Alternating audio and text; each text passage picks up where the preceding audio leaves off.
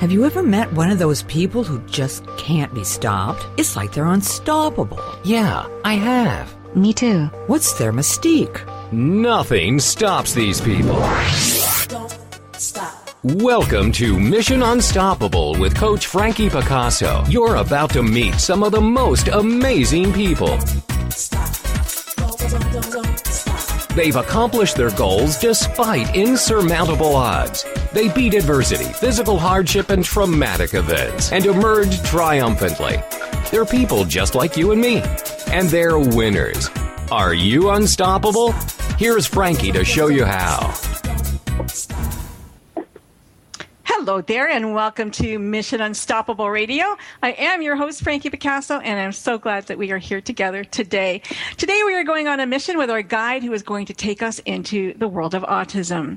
My guest today is Cornelia Suskind. She is the founder president of the Rosina Institute, which is a nonprofit organization created to foster understanding and open-minded dialogue on contemporary issues. In her early career, Cornelia was a journalist working as a reporter for People magazine, an editor at Family Weekly. She was a managing editor of New England Living, and later she worked on the PBS documentary series Frontline. She's married to Pulitzer Prize winning journalist Ron Suskind, and they have two boys, Walter and Owen. Now, it is Owen Suskind who is featured in the documentary Life Animated, directed by Academy Award winning director Roger Ross Williams. It's an inspirational film and story of a young man who was unable to speak as a child until he and his family discovered a unique way to communicate by immersing themselves in the world of classic Disney animated films. Now, the film was based on the bestseller written by Ron and Cornelia, Life Animated, a story of sidekicks, heroes, and autism, who watched helplessly as their thriving 3-year-old stopped eating, sleeping, and went silent. For years after, Owen remained unable to connect with other people or to convey his thoughts, feelings, or desires until they found the key. Please welcome Cornelia Kennedy Suskind. Welcome. Thank you so much, Frankie. It's great to be here with your listeners. Oh, I am so thrilled to have you here. Now, the film, Life Animated, I think it was released last week, or at least it was released in my city last week. And I was fortunate enough to receive an advance copy. And I just have to say, what an amazing documentary. Whether you have a child with autism or not, it's just a phenomenal film. Well, thanks so much, Frankie. And, you know, I think the amazing thing about this documentary that was made by Roger Ross Williams is that it really is a coming-of-age story. It happens to be about a young man with autism, but it's not a film for autistic families specifically. It really has a much broader appeal, I think. I think so too, and how amazing and scary really for you. Now Owen was about 3 years old, and you quit your job as a journalist, I believe, to stay home with Walter and Owen when all of this started taking place. Actually, I had been working as a journalist and was continuing to do so, and then we moved to Washington, D.C., when Owen was about 2.5, a little over that, for my husband's career. And when we got to Washington, it became clear that something was going on with Owen that had not been going on previously. He was a typically developing toddler. He had speech, regular, normal speech, great interaction, great physical skills, motor skills. And when we moved to Washington, within about a month or two, he started to lose motor skills, eye contact. As you mentioned, he stopped eating and sleeping, and we were thrown into really a whole new world that we knew nothing about, the world of autism. He was diagnosed about 4 or 5 months later. Now, I was reading that today, 1 in 100 children will be diagnosed with autism. That seems phenomenally high. Back then, how old is Owen today? It's actually a much higher number. It's 1 in 68. 1 in boys 68 will be diagnosed with autism. It's boys. An astonishing figure. There's a much higher incidence of autism among boys than girls. I believe it's 3 to 1. And the form of autism that... Sorry? Do they know why? Oh, well, this is this is a $6 million question. I mean, boys are genetically more vulnerable in general than girls. So they have that going against them. When, in utero, boys are much more vulnerable than girls. So they don't really know why boys specifically have a higher incidence. But it is definitely a higher incidence. And Owen suffered from what's called regressive autism, which means that you're typically developing until about 2.5 years old, at which point you dramatically regress.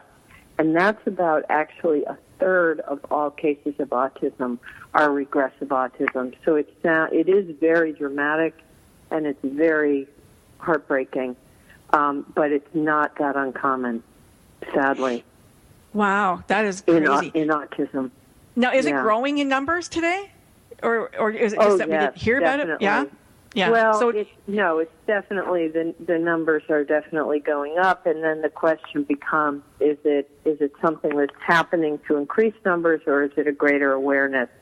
And I think that most reputable doctors and scientists come down on the side of, it is a much greater, it's a larger spectrum that's being diagnosed, so people who have greater skills who were once just called quirky are now diagnosed on the autism spectrum.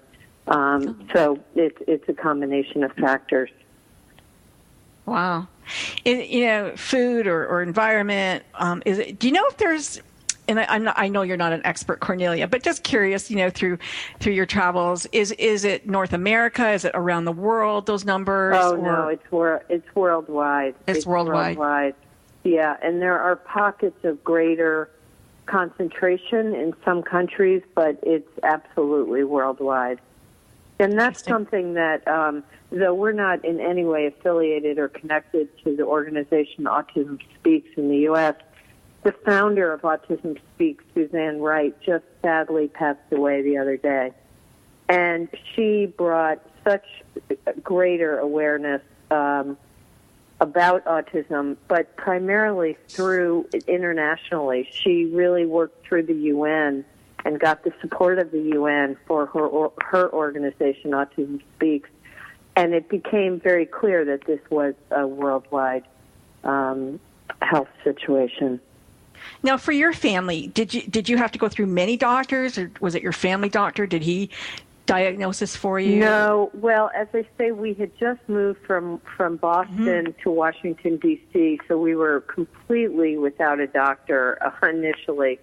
And we went through just really one pediatrician who really was overwhelmed and sent us then to a specialist.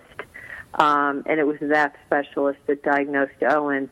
And then we found our developmental pediatrician that we had for many, many years, who's interviewed in the film, who is just phenomenal and has done a lot of great research into autism.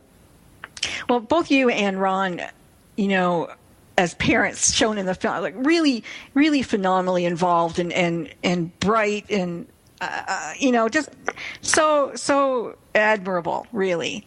Some people would just hand it off, but you guys really stuck in there and worked hard to figure it all out. Now, Owen, had he always been watching these Disney movies from like 2 with Walter? Or? Yeah, he had. So he has, as viewers of the film will see, he has an older brother, Walt, who's 2 years older than he is. So Owen's 25 now, Walter's 27. Okay. And Walter was born right in that moment of the sort of so-called Disney Renaissance with The Little Mermaid and Aladdin and The Lion King.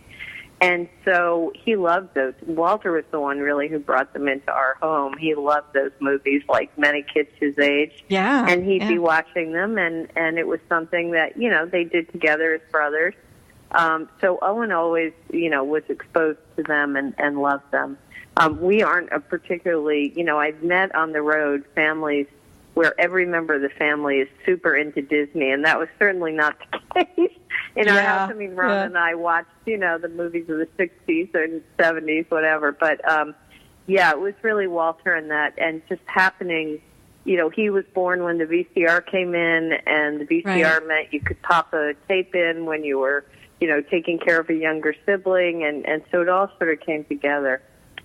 I have sons about the same age, 30 and 28, and so, my older one, it was Bambi 100,000 times. Right. Just loved I know, they Bambi. always seem to gravitate toward a favorite. Walter's was definitely Beauty and the Beast.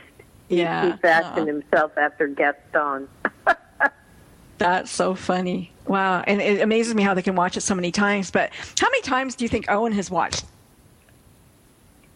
Oh, wow. I wouldn't even estimate. I mean, one 100,000? thing that well, that's a little much. I don't think 100,000, but many, many times. And of course, Owen loves all of the Disney films, the Disney classics and the newer Disney films and other animated films, not just Disney. But he watches them many times. But one thing that I like to point out, which may not be obvious, is I didn't, sit Owen in front of a television for 12 years Right. and he watched Disney movies nonstop by any means.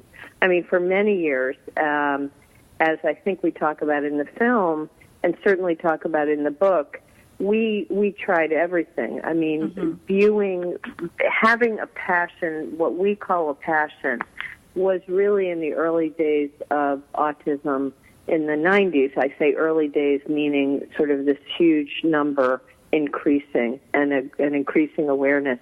It was viewed as an obsession, a perseveration, something you wanted to cut off so that your autistic child could be more in the real world, so-called. So we certainly, there were periods when we locked the television, when we didn't have television, when we used the movies as a reward. And what we found was that it really didn't help. It wasn't an effective reward to bring him into the greater, bigger world, our world.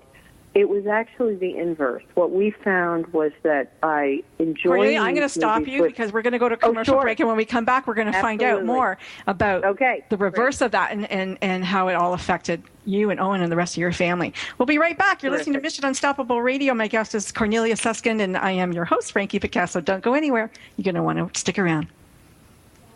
Stop. That's right. Don't stop listening.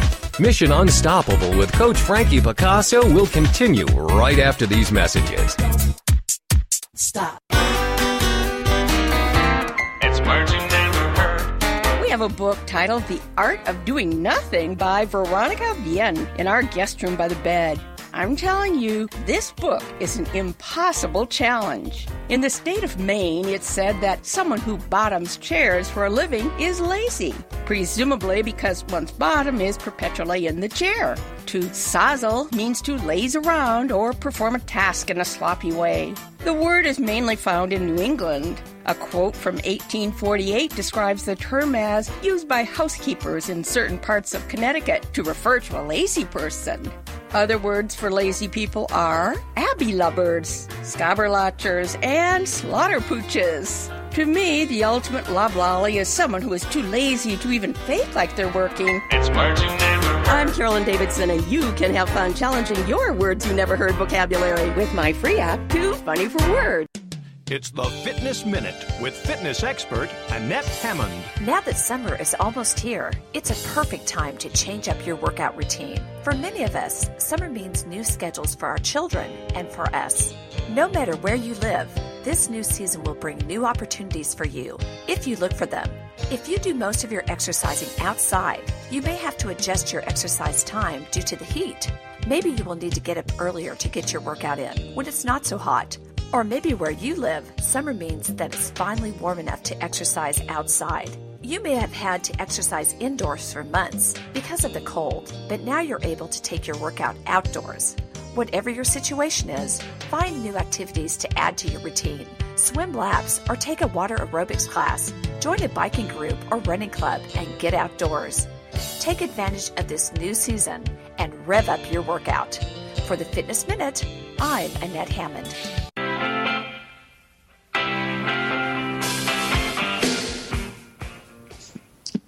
And we're back. It's Mission Unstoppable. And you're speaking to Frankie Picasso. My guest is Cornelia Suskind. And we were just talking about the movies as a reward. And and we thought that this would be very rewarding for Owen, but you said, in fact, it was the opposite. Well, I mean, movies, obviously, I was talking about how the perception in the early 90s and mid-90s of children with autism and their interests and what we call their passions were then called obsessions or perseverations, and it was viewed that you really wanted to cut those off so that they could be more in the general world. And what we found, and what the movie and the book are really about, is about using those passions to help them navigate our world, the world. And so Owen used the things, the films, and his love of those films and those characters and that music was Owen's motivation to do all kinds of things, to develop language, to learn how to read. You know, he says in the film that he learned how to read by reading credits at the end. Well, he didn't literally learn how to read. He had many, many years of tutoring and reading and all that. But what he's saying really is that it was his motivation. He wanted to learn who made those films, so he was sounding out phonetically all those names of the credits. And we as a family used those films to connect with Owen, to use lines from those movies that were appropriate to things that were happening in his real life. And he still does that to this day. He's 25, as I said, and he still, when he's having a tough time or when he's confused about something, he'll use a scene from a movie, a line from a movie, to help him understand what's going on. Wow.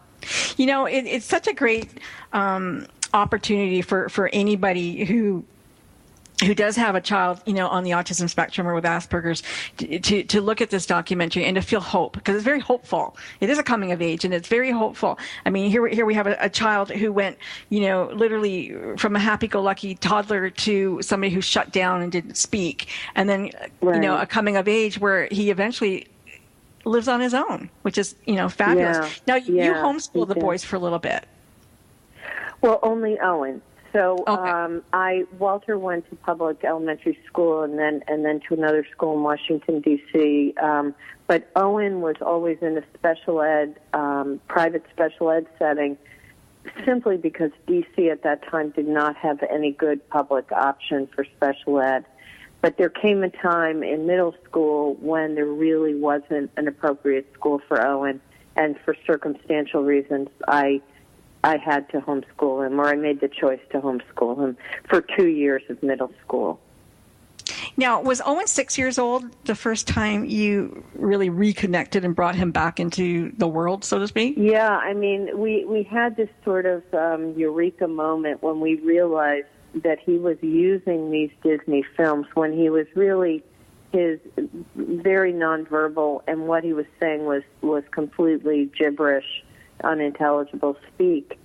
And then he came out with something when he was about 6, prompted by my husband, that made us realize that he had been taking all of this language from the films in and using it to process the world.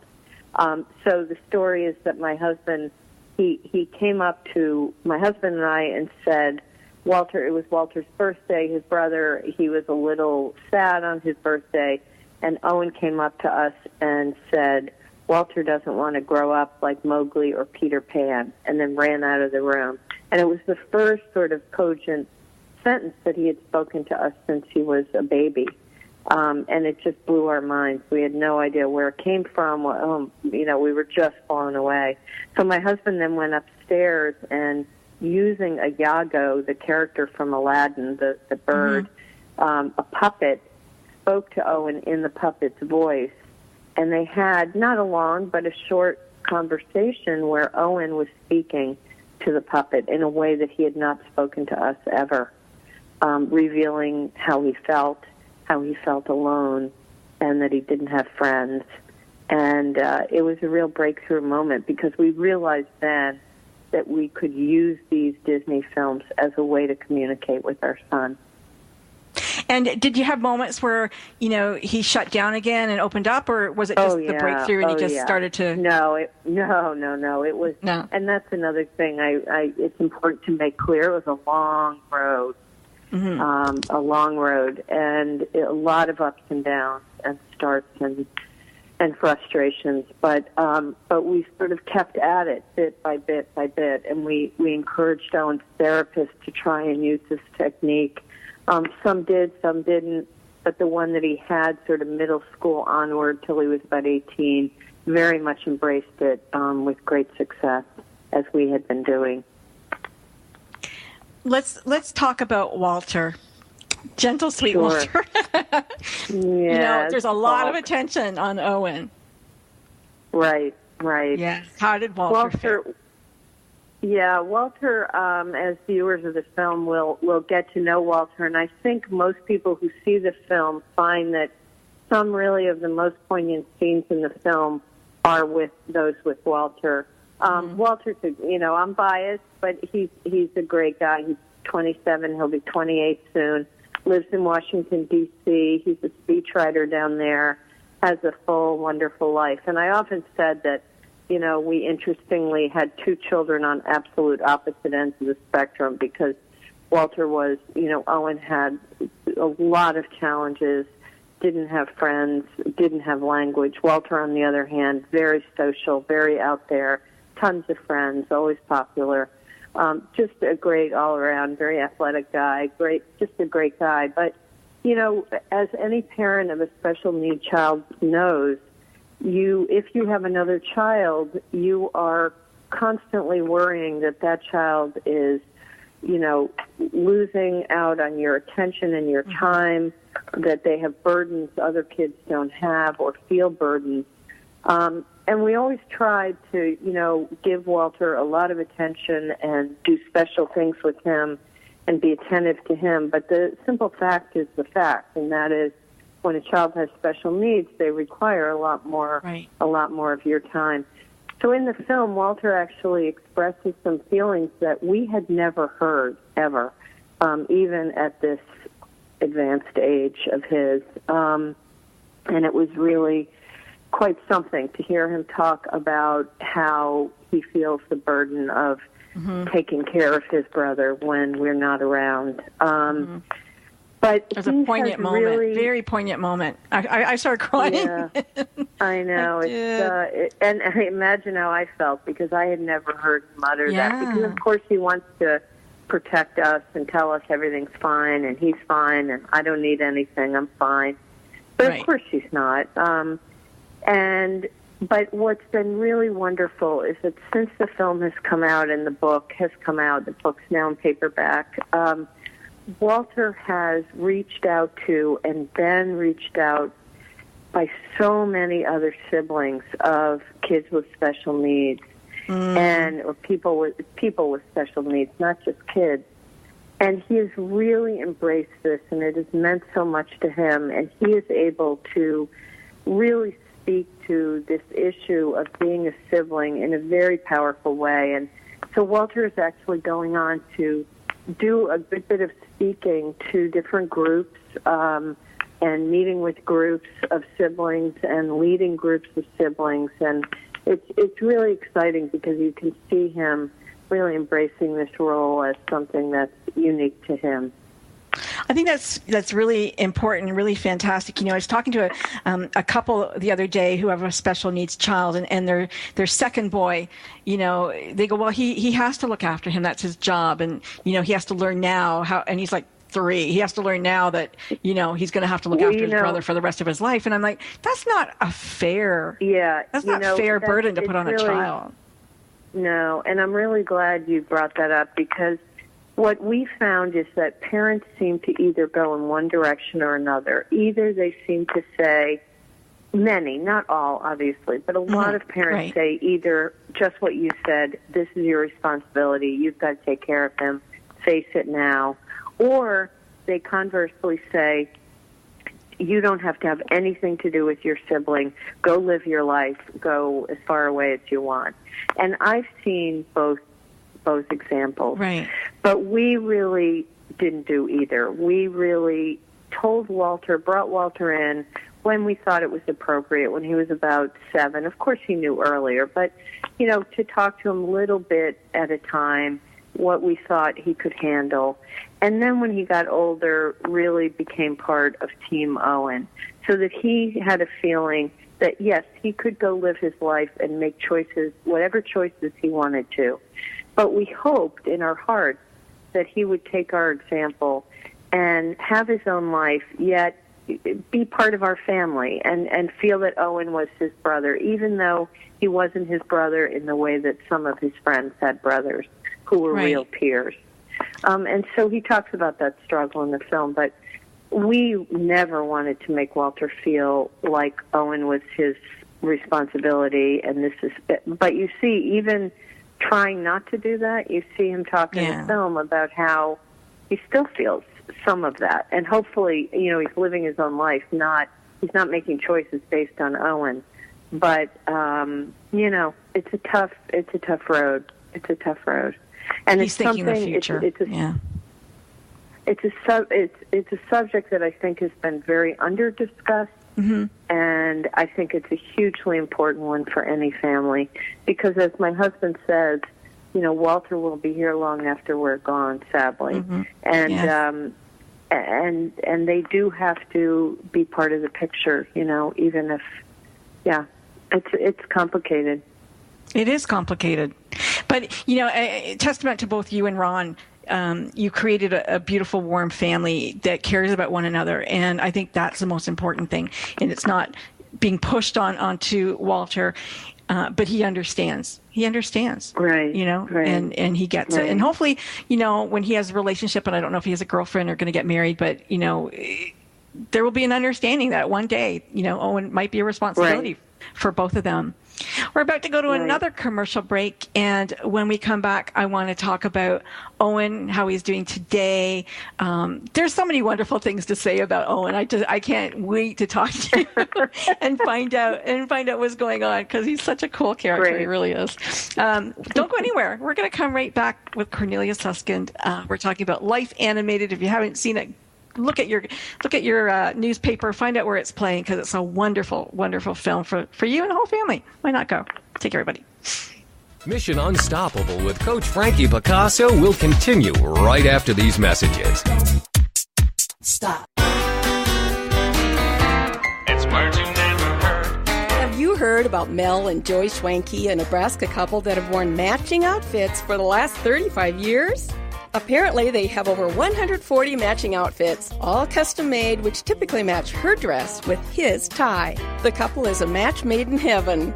Neither one of them can remember the exact date they started this quirky tradition, but they both contend it's one of the elements that have held their marriage together an impressive 65 years. What do you call a marriage between well-matched people?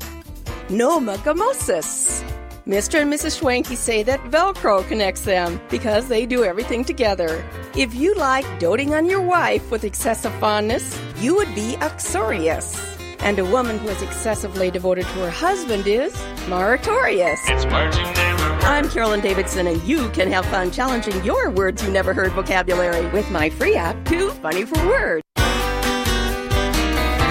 It's words you never heard. In the small town of South Fork, Colorado, there is only one garage where you can bring your car for service. This lubritorium is aptly named the Only Garage. The Wall Street Journal recently reported some other unique business names. There's a laundromat called the Found Sock. One hairdresser named her styling salon Curl Up and Dye. A pub owner named his business the Deja Brew. And there's a wine store called Planet of the Grapes. What's the word for people who hop from one bar to another? Popinators. Kudos to the owner of a doggy boutique who chose to name it Indiana Bones Temple of Groom. And my personal favorite, a flower shop called Florist Gump. It's words you never heard. I'm Carolyn Davidson, and you can have fun challenging your words you never heard vocabulary with my new app, Too Funny for Words.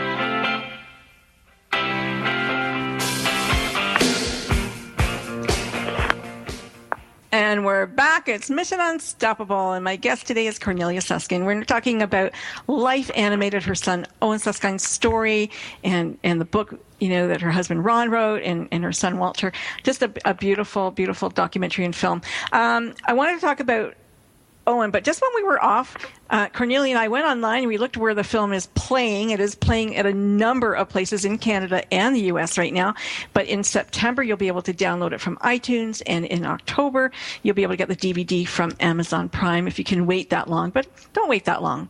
Go and see the movie now, and then buy it, Right. Okay. Well, Owen, one of the things that I recognized about Owen is just what a fantastic mimic he is. He has the voices down just incredibly well. And in the movie, you see him go and speak to an autism group in France. And his French accent is phenomenal. I'm like, oh my gosh, look at this kid speak French. Like, it's perfect. Now, I know that Ron had said that Owen did have a bar mitzvah. Now, did he speak Hebrew at his bar mitzvah with the same dedication? He absolutely did. Wow. In the book, you can read about that wonderful time. But, Walter was bar mitzvahed. Ron is Jewish. I am not. But Walter was bar mitzvahed. And Owen said, I want to have a bar mitzvah too. And so we had this extraordinary woman who worked with him at our temple. And he, like many, I think many Jewish 13-year-olds, actually just memorized. It's not that he learned how to read Hebrew, but yeah. So he absolutely read his Haftarah portion, and he gave the most beautiful Devar Torah. People still, friends of ours who were there, still talk about the effect that had on them.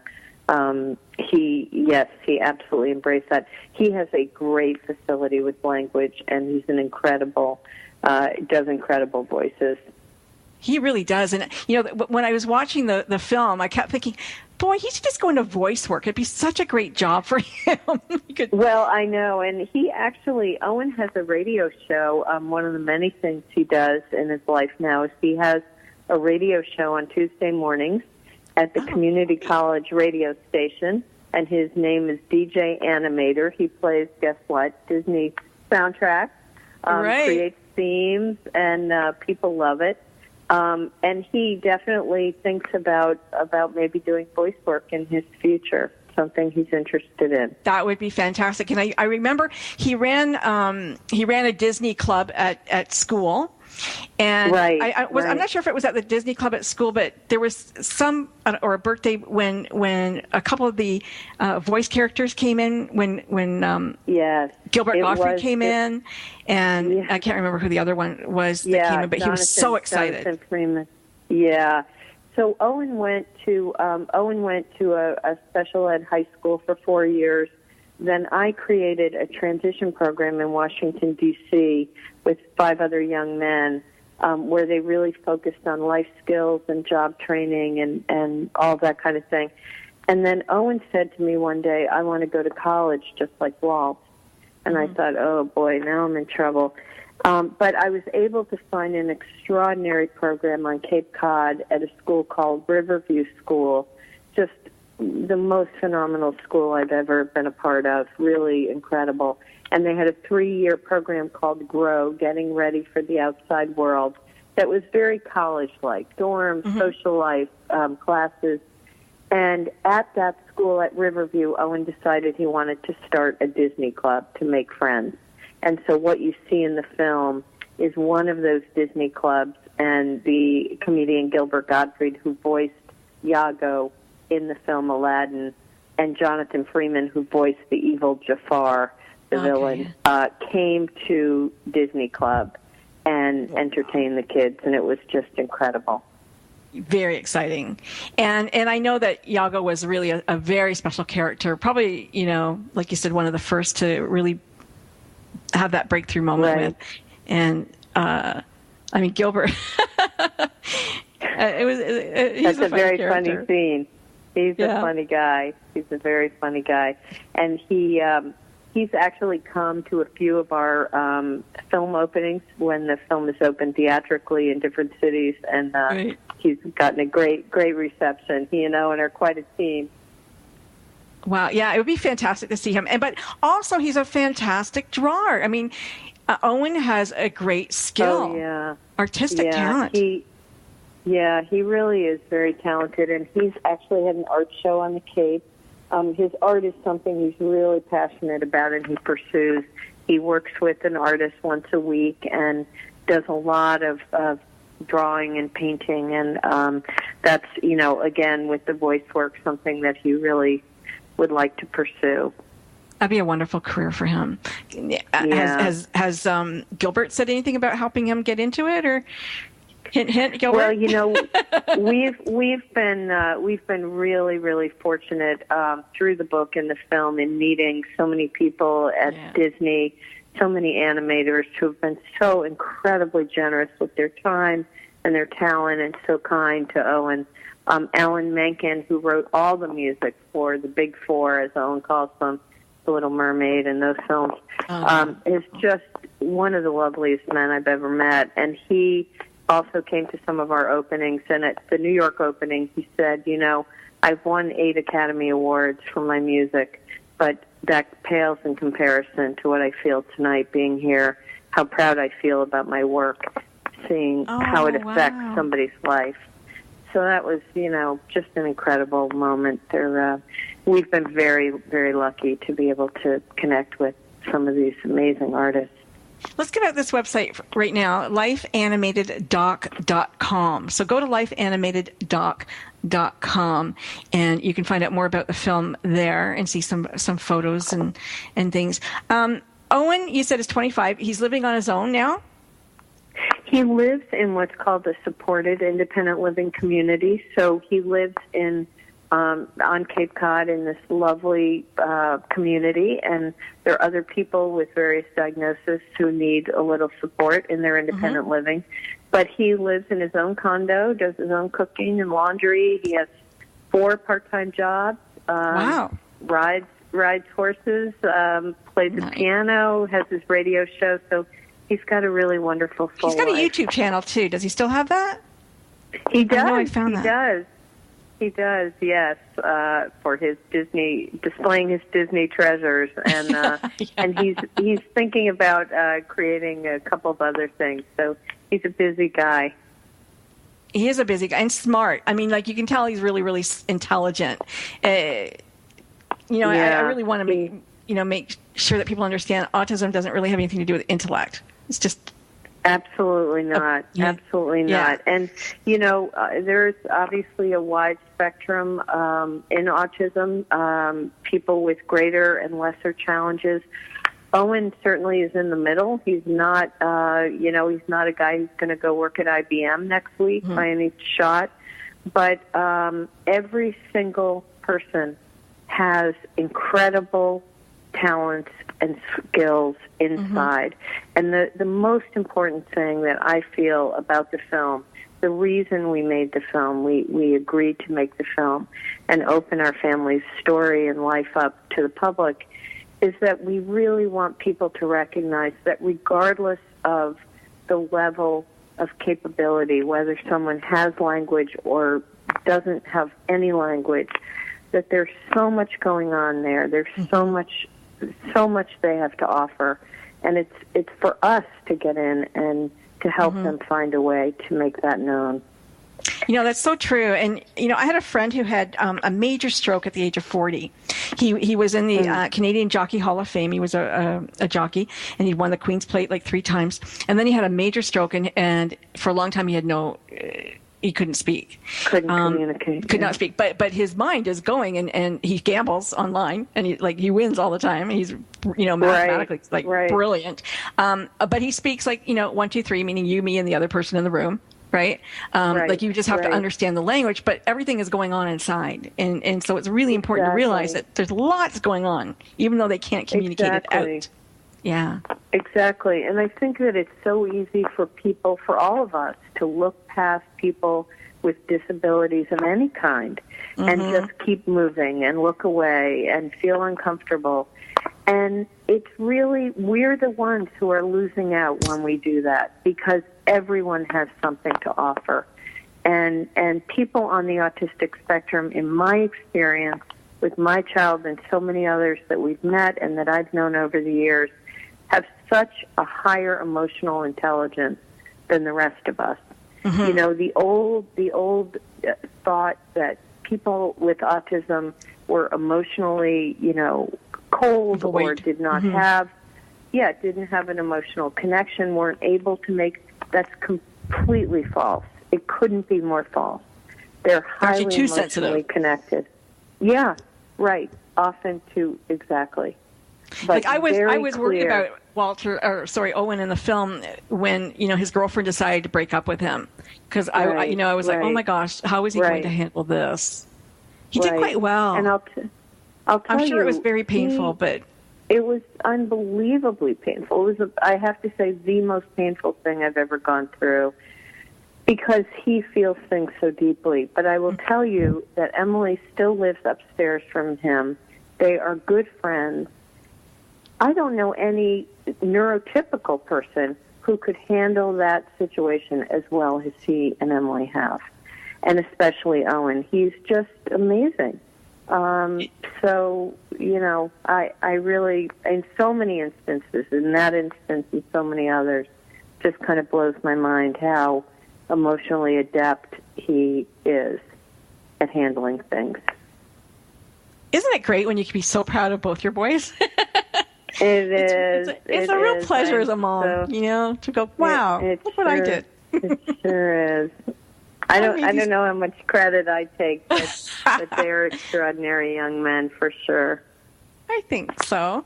We're going to go to a break in just under a minute, and when we come back, you mentioned that Ron, your husband, has created an app, and it sounds really, really exciting. So I want to get into that app. And if you want to, you can go look while we're on our commercial break to sidekicks.com. Check some stuff out. But when we get back, we're going to talk about this app and Ron and round out our experience with Cornelia. So don't go anywhere, because we're going to come right back. We got lots more to talk about. Also, go online right now and find out where Life Animated is playing in your city or town. I know it's playing. I'm in Toronto. It's playing in Toronto this week. It's playing in Cambridge. If you're, it's playing in more than a dozen cities around the United States, for sure.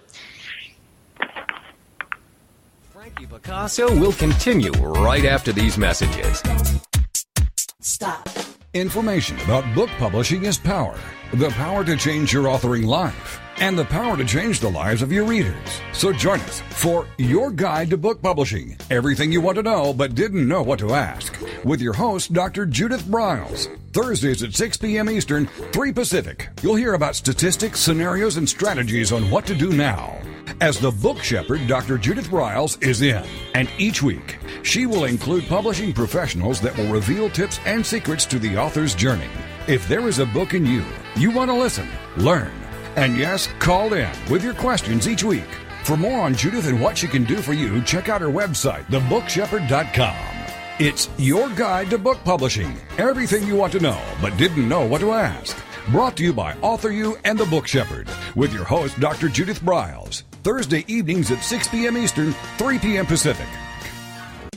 It's the Fitness Minute with fitness expert Annette Hammond. Most of the time, exercise rejuvenates you and increases your energy. But every once in a while, you may find that you're feeling tired in your workout, and every movement is an effort. My advice is simple. Turn up the music. Listening to fast-paced, uplifting music can really be helpful. According to the Journal of Sport and Exercise Psychology, your overall endurance improves by 15% when you exercise to music. So put on your preferred playlist or turn the radio up and treat yourself to a great workout while listening to your favorite music. The pulsating beat and uplifting lyrics can truly spur you on to complete your exercise and also to get an outstanding workout. Turn up the music and turn up the energy and motivation. For the Fitness Minute, I'm Annette Hammond. Like us on Facebook.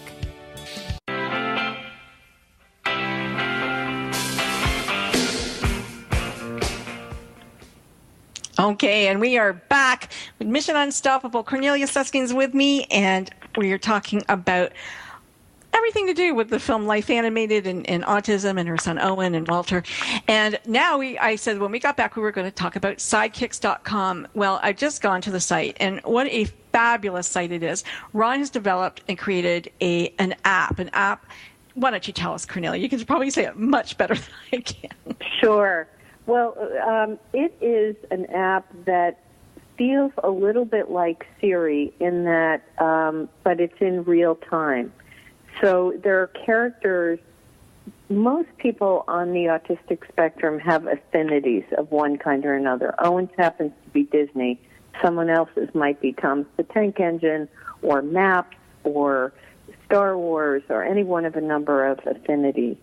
So the app has different voices that can connect and interest and motivate. When I was speaking earlier about tapping into Owen's motivation, this app taps in to the person's motivation by using a character, and that character speaks to the person with autism to help decipher their feelings and identity and connect with the wider world. I'm going to just give you a few of the testimonials. This is from a mother. When I was watching him, he was connected emotionally and was genuinely happy. Like for 30 minutes, he had a friend who finally was interested in him. And here is a 17-year-old. That was fun, and I want to talk more like that. There's a 14-year-old boy who says, Sidekicks helps me calm down, and then I have someone to talk to. So, it really is about animated character. Yeah, communicating with someone and knowing that they're your friend and feeling that you can open up. One of these kids was bullied, and it finally came out that he had been bullied. So it's a great way for parents and coaches to find out what really is going on with their child. Yeah, and it also weaves clips in from movies, from animated characters, or as I say, other things that are appealing to the person using it.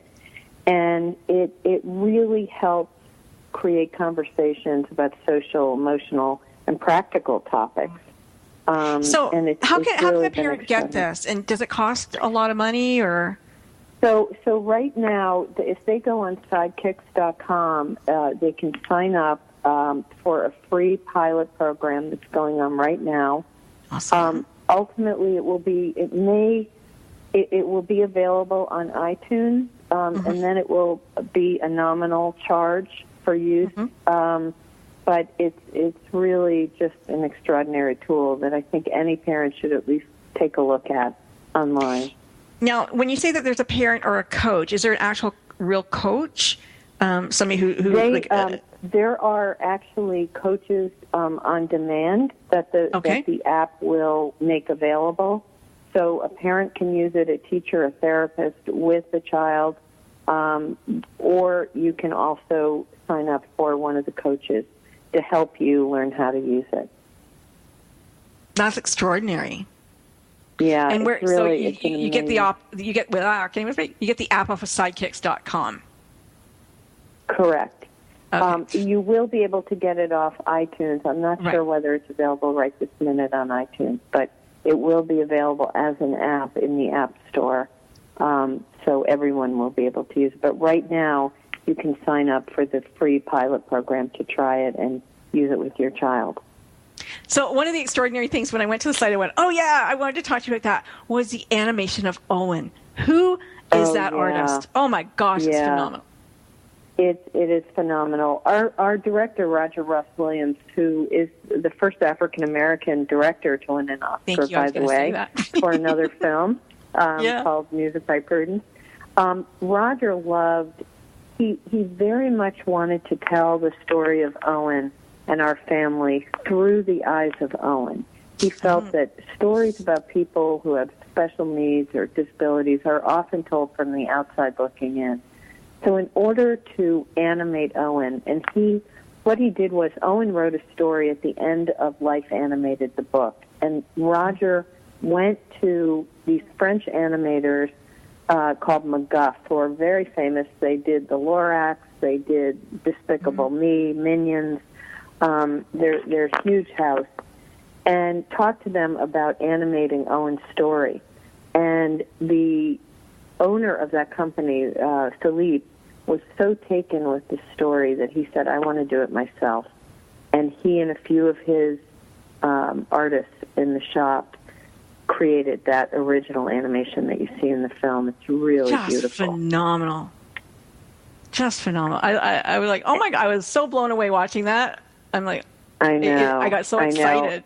I got so excited. And that scene where Owen is on the bed and Ron has the puppet on his hand. Yeah. And Owen turns around to look at the puppet. It looks exactly like Owen did at that age. I mean, it really, all of my friends who knew Owen were like, wow, that just took my breath away. I didn't know Owen, but man, I thought it looked just like him. It was like, you could tell. It was crazy. Yeah. And Owen had a real affinity for the sidekicks. I know that we touched on it briefly, but he actually wrote a book about being the keeper of the sidekicks. Was that what it was? The Land of the Lost Sidekicks. Yeah, the Land of the Lost Sidekicks. He wrote a story which he had worked on for many years, and Ron put it at the end of the book, Life Animated. So you can read that story there, the full story, and that's the story that they took and animated in the film, in the documentary. And Roger very much also wanted that animation to look very, very different from anything Disney-like. Yeah. So that's also another component that you see. But Owen drew the pictures, and he just felt story, like did he feel like the sidekick? Was that the thing? Yeah, that Owen felt like he was a sidekick too. Right. He says that he always felt like a sidekick, never the hero. When he would draw, birthday cards and things for us through the years, Ron and I were always sidekicks, and the only one he drew as a hero was Walt. Which I have to say, people often ask us if we named Walter after Walt Disney, but no. I'm here to say I didn't think that connection, but now it's like, wow, how appropriate. A total coincidence. Ron's father was Walter, so Walter became Walter, but it's a happy coincidence. How extraordinary. So the movies today, I want to say, and this, I should tell you folks that Life Animated got a directing award at the Sundance Film Telluride, Audience Award at San Francisco, Audience Award at Nantucket, Audience Award in Berkshire, Audience Award at the Full Frame. I mean, this is an extraordinary film. I mean, it's not just, thrown out there. It's an extraordinarily well thought out film, and just beautiful. I can't say enough good things about it. I just loved it. We had such a dream team working on this film. I mean, obviously we were just the subject, but we had the most incredible, Roger, our director, and Julie Goldman, our producer, our editor, David Teague, just incredibly gifted. Our cinematographer had such a wonderful relationship with Owen, and you can feel that as you see the film, that Owen is so at ease with the camera. And part of that is that he doesn't have any sort of self-conscious self, so that he's never looking at the camera, which is, as Roger says, a documentary filmmaker's dream. But also our cinematographer, Tom Bergman, just the wonderful, caring, gentle man, and also an incredibly gifted cinematographer. But he developed a great relationship with Owen. You lit up on film, I have to tell you. I mean, I get this feeling about you that you always want to stay in the background and you're the supporter and the, but, and even in the book, that Ron's the writer of the book. Yeah, I'm sure both of you wrote that book. Well, I certainly worked a lot on the book, yeah. I'm sure you did, but we don't see your name on the book. Right. So, are you the sidekick? Yeah, he's a famous guy. Yeah, I would say I'm the sidekick. Yeah. I'm definitely the sidekick, but happy to be so. Ron and I are very, very different in personality. He's a very public person, very out there, and I'm quieter and like privacy. So we make a good team, I think. Yeah. Well, that always helps. But I just wanted to let you know that I thought you looked absolutely beautiful on film. Oh, thank you. Thank you. That's so sweet. Very nice. What do you think is next? What comes after this film? I mean, there must be such a high right now. Where, what's going to happen? Well, as Walter likes to say when we do Q&As around the country with the film, life will go back to its normal ways, and we'll have all our usual concerns and joys as we are now. Right now, we're on vacation. Owen and Ron and I are up at our house in Vermont that you see in the film. Cabin that was built in 1898, and nice. We love it up here. It's very simple and quiet, and so we've had a lot of excitement. So it's nice. But I think Owen will go back to his life. I think that obviously he's a pretty well-known guy now, but we're trying to maintain normalcy for him, and hopefully some opportunities will open up that will help his career going forward. And Ron will continue working on the app and writing books. The app was really a whole new direction that he took, obviously being a writer by trade and a reporter. So he also teaches at Harvard Law School. So, I think that our life, I actually, I'm always thinking and starting programs for people with special needs, and I have a new one in mind that I'm going to be starting out on Cape Cod, a mentoring program and a friendship program so that people like Owen and the residents that live in his community can have a neurotypical friend that they can learn from and do fun things with, and so that's my current goal.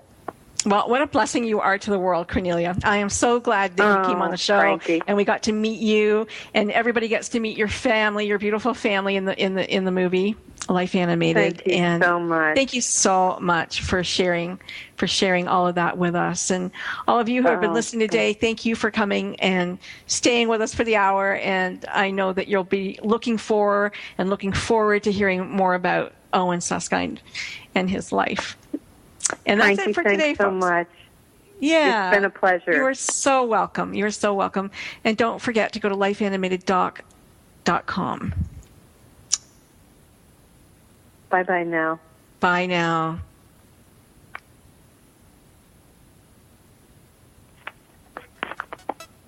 Don't stop. When the chips were down, they didn't stop.